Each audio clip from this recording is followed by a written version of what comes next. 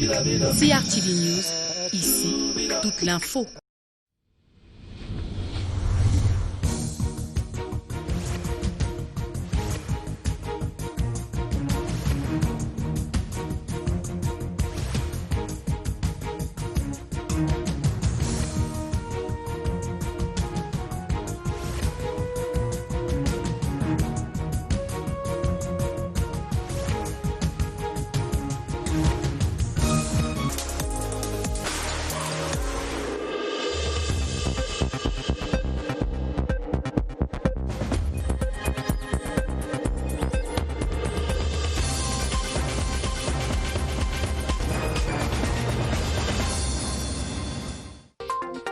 Prime Minister Joseph John Goethe reviews MTN-CAMEROON's engagement for a performance telecommunications sector in Cameroon. The Chief Executive Officer of the company, Stephen Blurrett, is urged to preserve employment and reassured of government supports.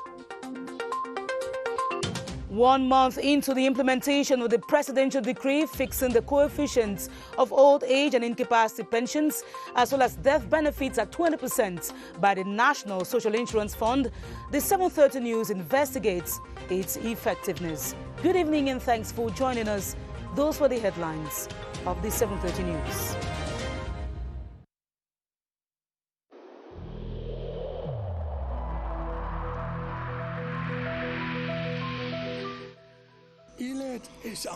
Each of us must comply with the measures that have been taken.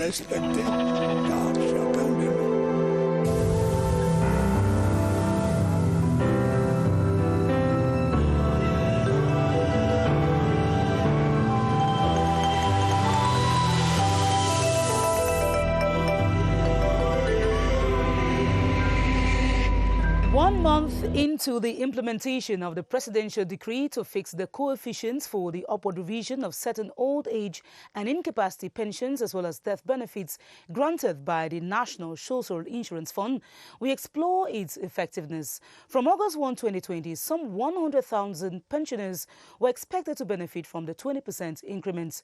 While it has been possible for some, others are still in wait. How is this justified? Iwane Pole attempts an answer in this report. Pensioners affected by the recent presidential decree of July 8, 2020, raising old age pension, disability and death benefits of 20%, began receiving the bonuses in last August's salaries as promised by government. However, some pensioners say they have not seen any change in their salaries. No, I've not had any increase in salary. As a civil servant, I'm retired, but I don't think there's any increase in my salary.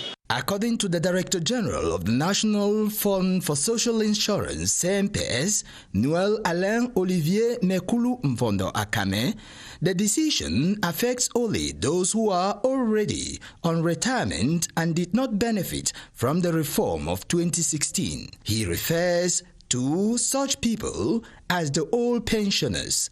He reiterated that the financial burden on CNPS is 15 billion CFA francs, covering 100,000 persons already benefiting from the new rate.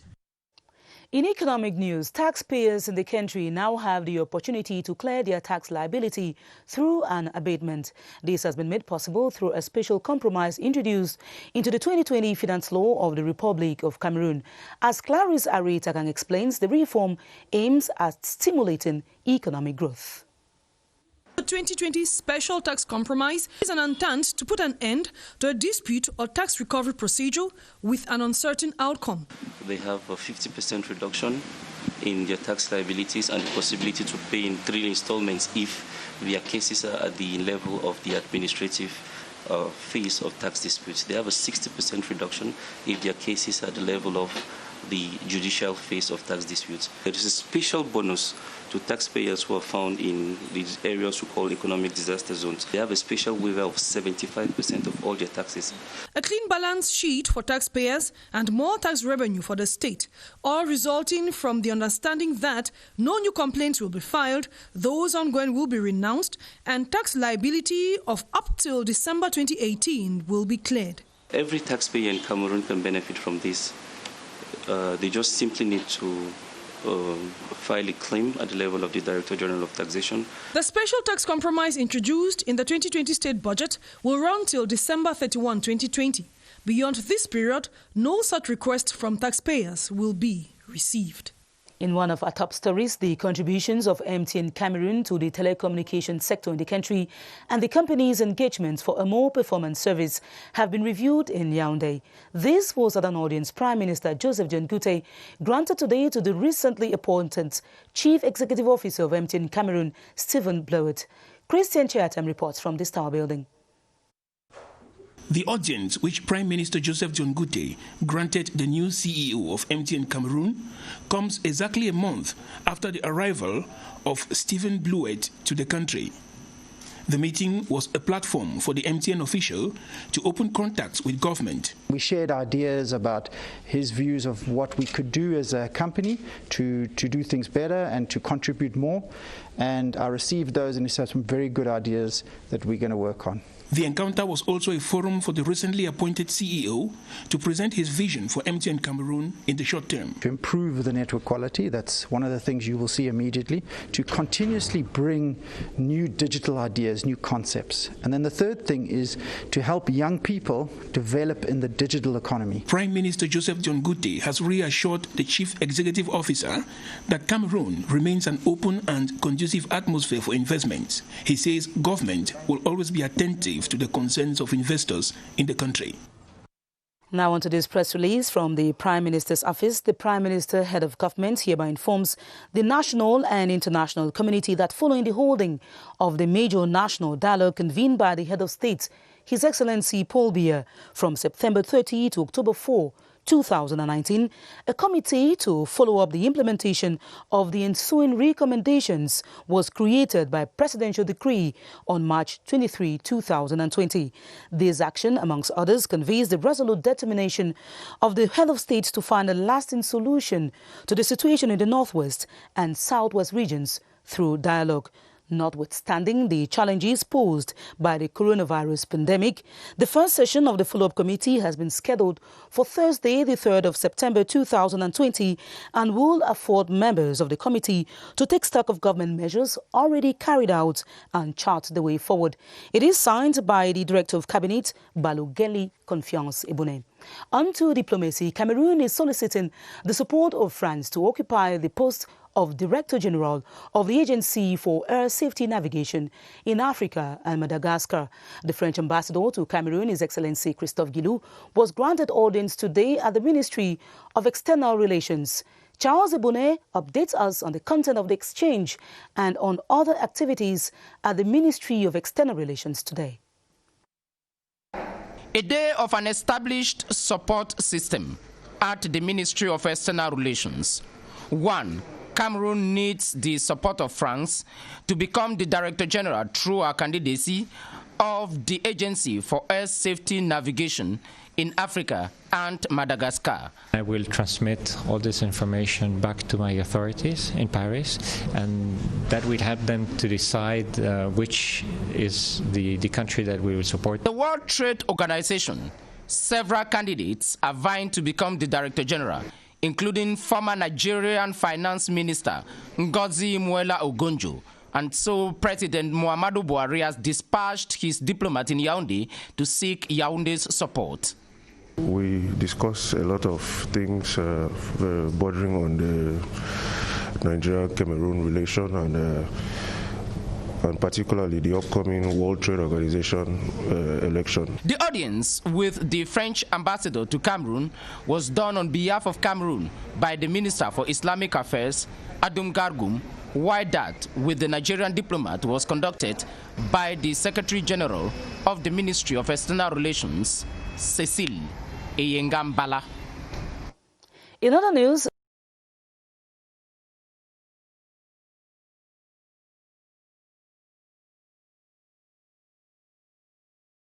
partners. This was at a workshop in Yaoundé presided over by the Minister of Small and Medium-Sized Enterprises, Social Economy and Handicraft, Achille Basilican III. Beatrice Ngum reports that the charter will organize and render small and medium-sized enterprises competitive. The project on the elaboration of a national charter for SMEs in Cameroon was launched in 2018 after it was observed that the small and medium-sized enterprises sector is key to the growth of the national economy, yet the sector is not properly organized. We will see precisely if everything that is already in the zero draft is in line with the expectations of SMEs, so that we put together the sound conditions for the successful contribution of SMEs in the development of our country. The Code of Conduct for SMEs will equally help minimize the risk and challenges in the sector. What are the rights and obligations of SMEs, and what incentives is the government going to provide to ensure that SMEs can continue growing? The guide for SMEs will as well provide them with a favorable environment for expansion. Now on today's development story, the town of Marua is gradually moving from darkness to light after the interruption in power supply following the destruction of pylons during Monday's torrential rains. Through the thermal station in Marua, the Electricity Corporation has opted for load shedding. Meanwhile, the pont Ver is open for use to truck drivers heading to neighboring Chad and Nigeria while waiting for the rehabilitation of the collapsed Pala Bridge. Henry Tato Ekambi tells us more from the far north. The journey might be longer and more stressful now, but one thing is sure, truck drivers can now transport goods to and from neighboring countries with the alternative provided by the authorities here. The governor of the far north has instructed that they can only ply the green bridge popularly known in Marua as Pont Ver. As far as the truck is concerned, they have to go through Pont Ver and to join the road in order to go to Kusiri. Pont Rouge have some difficulties as far as pillar is concerned, and that's why we forbid trucks to go through this pont, and you have to pass through Pont Ver. The drivers of these heavy-duty trucks testify that it's painful but better than nothing. Though there are fears that Pont Ver, which is now serving everyone and dates back to the colonial era, might also give way, the authorities are sure that it is a short-term measure as lasting solutions are on the way. The authorities and officials of the Electricity Corporation are also working tooth and nail to provide electricity through the thermal station in Marua after the populace experienced power outage for half a day due to the floods. Not far from the far north, refugees and their host communities in the north region can now have improved access to healthcare and other social services. This is thanks to the launch of the activities of the integrated project to ease the socio-economic burdens of refugees in the north. The Inspector General of the Services of the Governor's Office, Simon Sombe, joined the key actors to ensure that the relief efforts are properly coordinated, as we hear in this report with Tony Nanyongo. Tuboro in the Mayorai division, which is host to more than 24,500 refugees, is among the 21 municipalities in the north, far north, Adamawa and east regions selected for the start of the integrated project financed by the World Bank. The aim of the project that targets areas hosting refugees in Cameroon is to support government meet the needs of the refugees and their host communities. The key actor for the meantime is the mayor of Tuboro, who will not leave any stone unturned to make sure that those who are bringing in relief for the population and refugees under his care should be well accompanied and taken care of. Resources and activities will be coordinated by the Social Safety Net Project, the Health System Performance Reinforcement Project, the Education Reform Support, as well as the Community-Driven Development Project. Officials believe that the integrated approach will help avoid the loss of resources. The use of English and French as the two official languages with equal status and value as enshrined in the Constitution of Cameroon is an outstanding element in the country's bicultural nature. The policy of bilingualism and its practice, though appreciated by many, differs depending on the users. Kilian Dandifon was out in some offices and on the streets of Yaoundé to find out just how bilingualism is practiced by Cameroonians and the difficulties encountered. Wednesday, September 2, Louise is misdirected at the reception of the Ministry of Secondary Education. I spoke to the receptionist in English. She did not really understand what I said, but instead of trying to inquire better for me, she just sent me to an office, which was not really where we wanted to go. It is Virginia's first visit to Yaoundé, but she is not disappointed. The persons I have met have tried in their own way to attend to me in the language I understand best, which is English. And in cases where they don't understand English, they have directed me to persons who can attend to me in that language. At Elections Cameroon, the Director General is the principal galvanizer of bilingualism practice. Since Mr. Director General has instructed us to speak in English, we are in the move to speak in English. That's good. Since Cameroon is a bilingual country. Each Wednesday and Friday, we practice bilingualism. For Francophone, they speak English. For Anglophone, they speak French.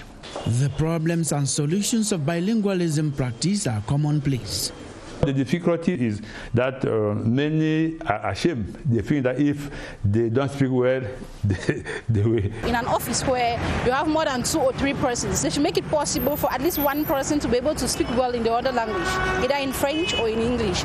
There are texts to make bilingualism work in Cameroon. The obstacle is implementation.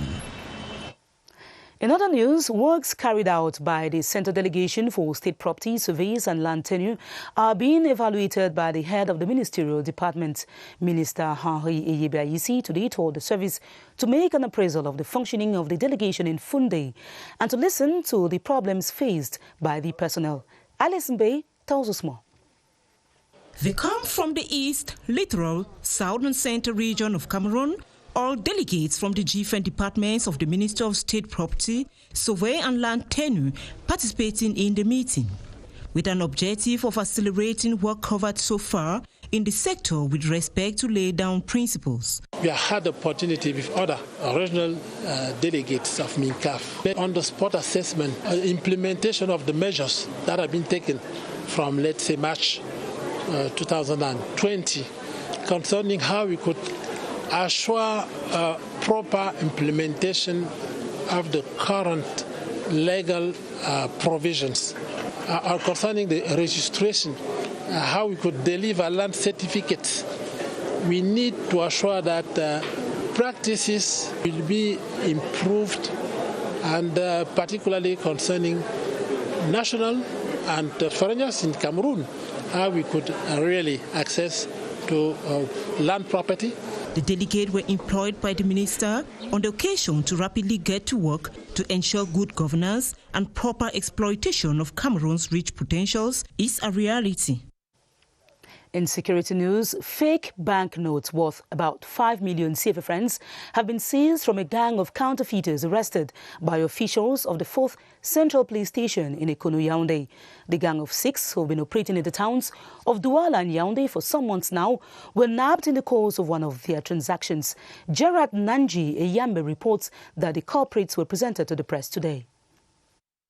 There are 6 suspects intercepted by the 4th Central Police Station in Yaoundé in the process of producing 12 million francs fake banknotes. Based on credible information, the basis of criminality, Mr. Fouabon Alassa was found in possession of 444,000 counterfeited notes, or in 10,000. He said that the person from whom they get this money is found in Douala. Another gang was equally hacked, and when he was interrogated, he said these counterfeited notes are printed in Nigeria and then shipped into Cameroon. The counterfeited notes actually look like exact money, having almost all the 5 security controls. But if you look at the counterfeited notes, they all have the same number, whereas real money has numbers but in series. The advice I can give to the population is always to check if they're in possession of a good quantity of money, is to check to see whether the notes they have, numbers but in series, are not having the same numbers. The 6 suspects are gnashing their teeth behind bars while awaiting trial.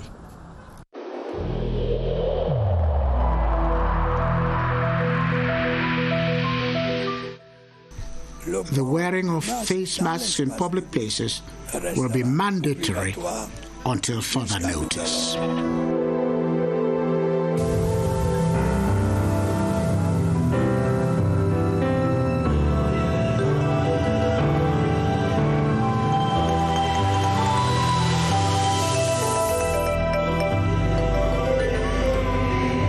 At 7:51, we talk about COVID-19. Pregnant women have been nursing fears of having a miscarriage if they get infected with the coronavirus. Gynecologists say their unborn babies can survive if they continue to observe barrier measures and continue their antenatal visits. Even with the virus, they will have safe deliveries and their babies will be COVID-19 free. Baldwin Summer at the Public Health Emergency Operations Center tells us more with his guest, Professor Robinson Bo. Hi, Baldwin.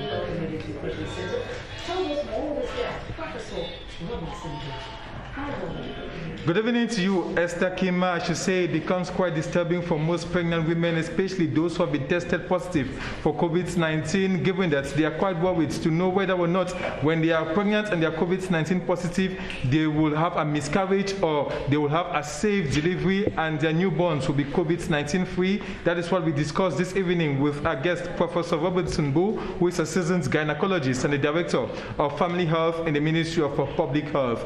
Good evening, Prof. Good evening. A pregnant woman tested positive for COVID-19, worried as to whether she may have a safe delivery or it will lead to miscarriage. What are the possibilities? Thank you very much. So far, since COVID started in Cameroon, we've had about 80 reported cases registered with data. We don't want to get any information from somewhere else. We want to analyze these 80 cases, which are Cameroonian cases, in a study which is going to start by the next 2 weeks. We've been able to get ethical clearance for that study, and we've been able to get funding for that study. So in a very short while, I will tell you the picture of COVID and pregnancy in Cameroon. What happened to these 80 women that have been registered? How did they deliver? How did the children come out? Was it through the normal road or cesarean section? We will be able to answer these questions in a very short while. We don't want to get data from somewhere else because we have enough cases to analyze in our country. And what do these pregnant women who are tested positive for COVID-19 need to know in order to avoid any further contamination? The first thing is that the women, once they are tested positive, they should be able to kind of isolate themselves. They should, so that they can spread it out. In terms of the COVID leaving the mother and the child, that's one of the things we're going to analyze in the study I want to tell you now. Thank you so much, Professor Robinson Bo, for being our guest this evening on the 7:30 newscast. Our gynecologists have confirmed that 80 cases of pregnant women who have been tested positive for COVID-19 have been reported so far in Cameroon, and one pregnant woman tested positive for COVID-19 has died so far. That is in the northwest region of the country, and we have had 4 new cases of pregnant women who have been tested positive for COVID-19 reported in the country. 2 cases in the far north, 1 case in the Adamawa, and the other case in the central region of Cameroon. Back to you, Esther Kima. Thanks very much, Baldwin, for that clarification on pregnancy, COVID-19 and newborn babies. On to this sad note, a requiem mass has been celebrated in memory of Mrs. Beth Aliokol, a devoted Christian who died last August in Tunisia. The Archbishop of Yaoundé, His Grace Jean Barga, prayed for the repose of her soul and recalled her actions of goodwill on earth. Staff Lady Enanga Kebi has details of the coffin at the Yaoundé Central Hospital and the Mass at the Yaoundé Metropolitan Cathedral. Mrs. Beth Aliokol kicked off today with the coffin at the mortuary of the Yaoundé General Hospital. A brief prayer session led by Reverend Father Jean-Marie Bodo and a brief viewing of the corpse was an indication that Mrs. Beth Aliokol was a devoted Christian and loved by many. Next was a pontifical mass at the Yaoundé Metropolitan Cathedral. The chief celebrant, the Archbishop of Yaoundé, Monsignor Jean Baga, drew his inspiration from the Book of John and the Book of Wisdom. The Archbishop presented Mrs. Aliokol as a woman of faith, humble, generous, and served humanity in her capacity as an educationist. One-time mayor of Mesok in the East region, Mrs. Beth Aliokol joined Mrs. Chantal Bia's humanitarian caravan, where she hailed as the treasurer of the Chantal Bia Foundation and also the vice president of SERAC. A special wreath from the presidential couple served as an acknowledgement of her loyalty to the services of the First Lady. Mrs. Beth Aliokol will be buried in Mesok on Saturday, the 5th of September. Well, We'll now take you over to the Littoral region, where some 200 students as well as personnel in the public and private sector in Douala are being drilled on ICTs as a tool that facilitates employment and improves performance at work, especially with the coronavirus lurking. The training, to run for 3 days, is an initiative of the National Agency for Information and Communication Technology, ANTIC, and it is in line with the second edition of the Cameroon Digital Skill Campaign, launched today by the Director General Ebot Eno. Laris Nane Porte has highlights of the opening ceremony. The coronavirus pandemic has given a chance for the world at large to experience first-hand power of digital technology, as it has enabled a continuation of work, education, and improved communication via its different platforms. Thus, the National Agency for Information and Communication Technology, ANTIC, has through these workshops sought to revalorize the skills of ICT students, public and private sector personnel, and some 50 leaders of government, industry, civil society, and academia who were present physically and on live chat. According to the Director General of ANTIC, Ebot Eno, the seminar is to empower youths with digital skills required to transform and improve on the well-being of their communities. The program, at its second edition, recorded successes at the end of its first edition, as ANTIC has developed numerous solutions in the domains of farming, technology, education, and weather, most especially for start-uppers who have today integrated the professional world. In this edition of the Cameroon Digital Skill, participants will be empowered with required skills to thrive in the post-COVID-19 technology-driven economy and the fourth industrial revolution.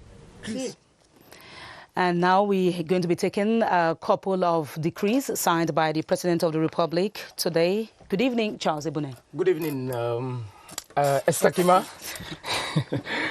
You have the reading of those decrees.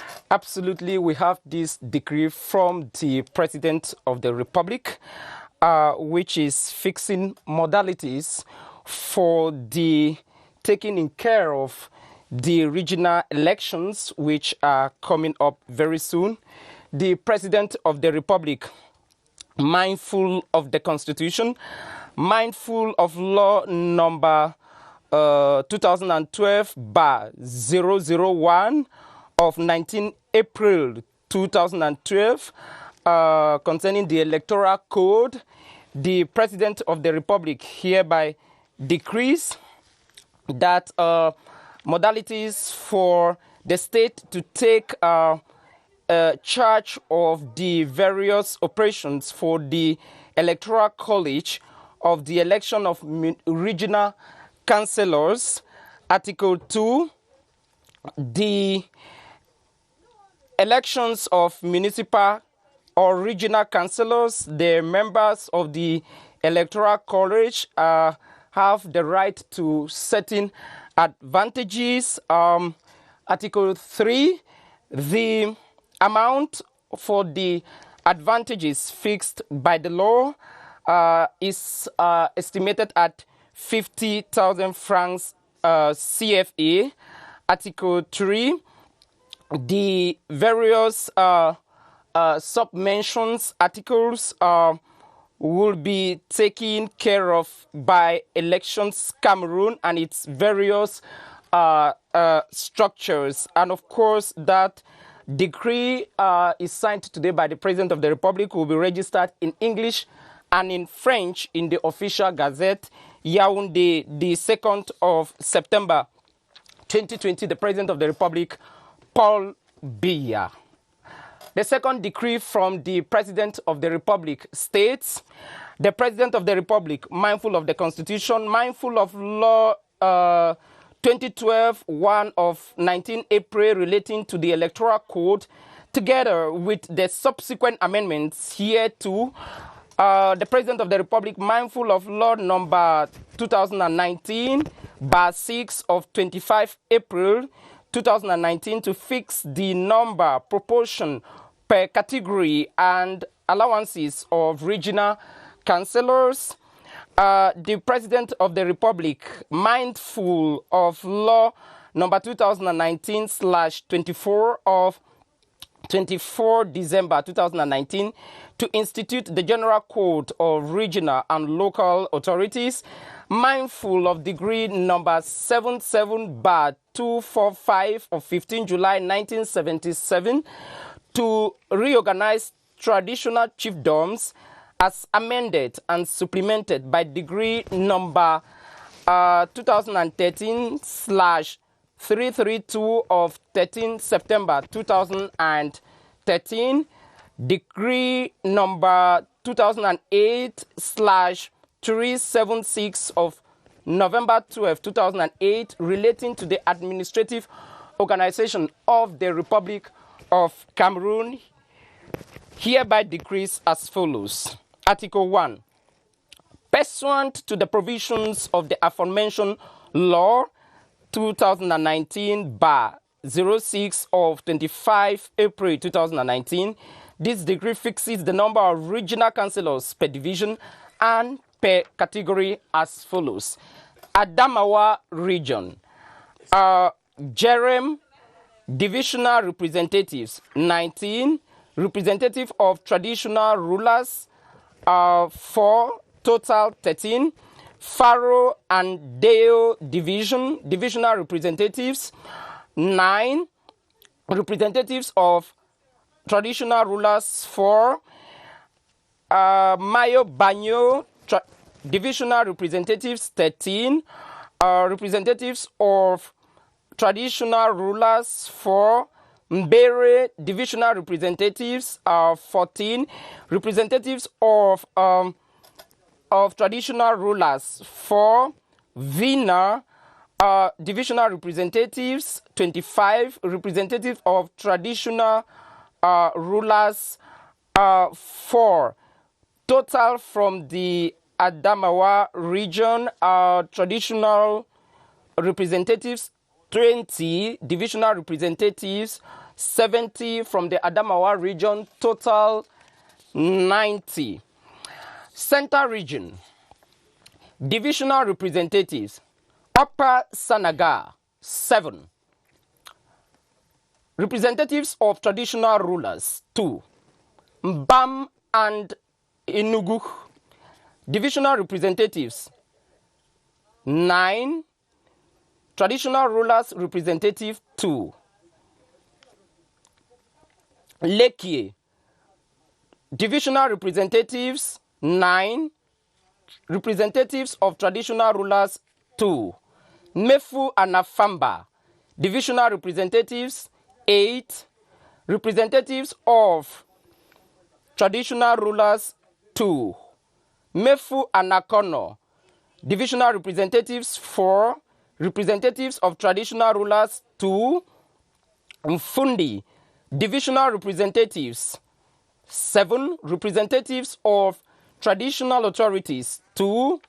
Nyong and Ekele, divisional representatives 10, representatives of traditional rulers 2. Nyong and Efumu, divisional representatives 5, representatives of traditional rulers 2. Nyong and So, divisional representatives 6, representatives of traditional rulers 2. From the center region, a total of 90. East region, divisional representatives Bumba and Ngoku 10, traditional rulers 5. Upper Nyong, divisional representatives 23, representatives of traditional rulers 5. Kadei division, divisional representatives 16, representatives of traditional rulers 5. Lom and Jerem division, divisional representatives 21, representatives of traditional rulers 5. Total from the East region 90.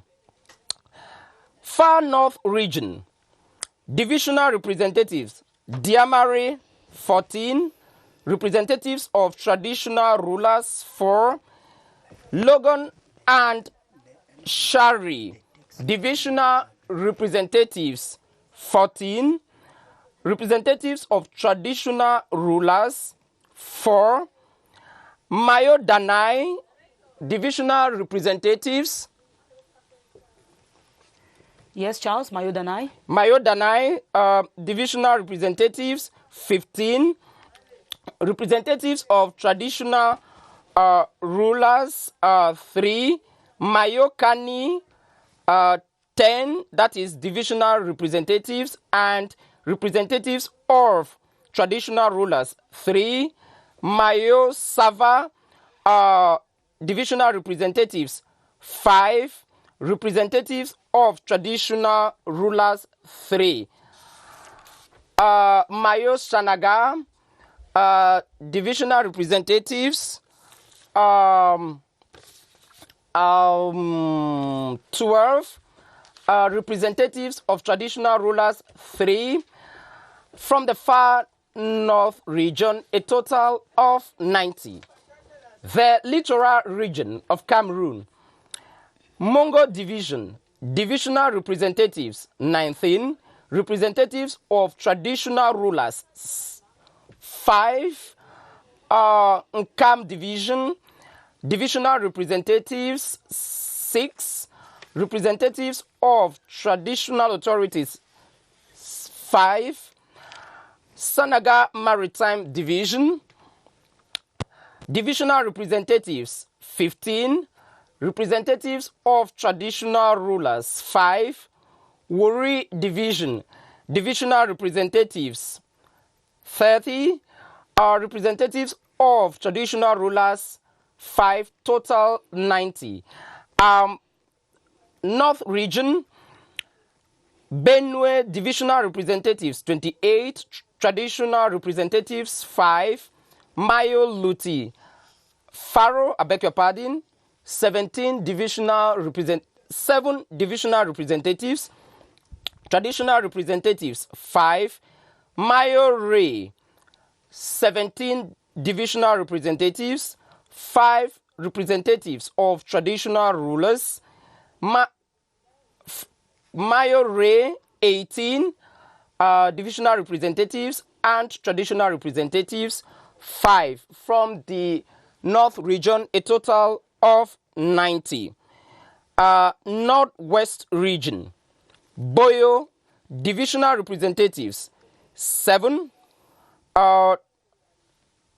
traditional representatives 3, Bui division 13 divisional representatives, 3 representatives of traditional rulers, Ndonga Mantum 10 divisional representatives, 3 representatives of traditional rulers, Menchum 7 divisional representatives, 3 traditional representatives, Mezam 18 divisional representatives, 3 representatives of traditional rulers, Momo 8 divisional representatives, or 3 traditional representatives, Ngoke Chunjia 7 divisional representatives, 2 representatives of traditional rulers, and the total from the northwest region is 90. West region, Bambutus 9 divisional representative, 3 traditional representatives, Opankam 10 divisional representatives, 2 traditional representatives, Upper Plateau 5 divisional representatives, 2 traditional representatives, Kunki 4 divisional representatives, 2 traditional representatives, Menwa 11 divisional representatives, 3 traditional representatives, Nde 6 divisional representatives, 2 traditional representatives, Nun 17 divisional representatives, 3 traditional representatives from the West region, 90. From the South region, Ja and Lobo Division, 21 divisional representatives, 5 traditional representatives. Mvila, 20 divisional representatives, 5 traditional representatives. The Ocean Division, 20 divisional representatives, 5 traditional representatives. The Valley-Tem Division, 9 divisional representatives, 5 traditional representatives, a total of 90. And finally, the Southwest region, FACO, 21 divisional representatives, 3 traditional representatives, Kupe Maninguba Division, 6 divisional representatives, and 4 traditional representatives. Libya Lem Division, 6 divisional representatives, 3 traditional representatives. Manu, 9 divisional representatives, 4 traditional representatives.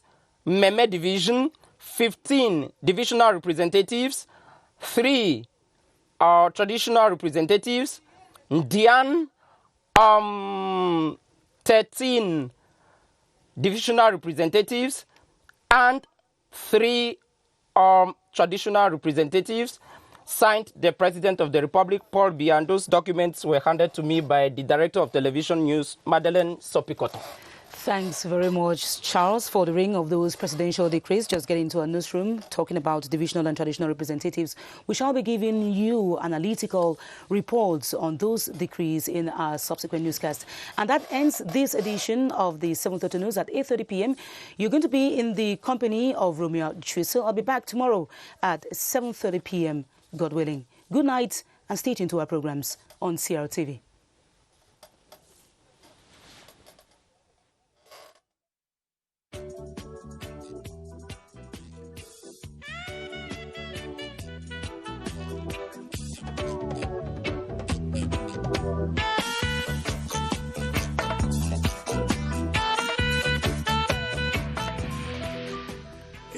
In this connection, we should avoid stigmatizing